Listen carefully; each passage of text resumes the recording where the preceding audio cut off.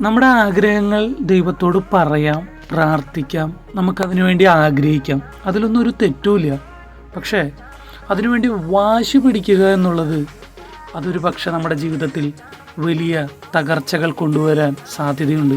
കാരണം നമ്മൾ ആഗ്രഹിച്ച സമയത്ത്, നമ്മൾ പ്രതീക്ഷിച്ച സമയത്ത്, നമ്മൾ ആഗ്രഹിച്ച കാര്യം ദൈവം നമുക്ക് വേണ്ടി നടത്തി തന്നില്ലെങ്കിൽ നമ്മൾ ദൈവത്തോട് പിറുപിറുക്കും. ആ പിറുപിറുപ്പ് പിശാച് മുതലെടുത്ത് നമ്മെ ദൈവത്തിൽ നിന്ന് അകറ്റും.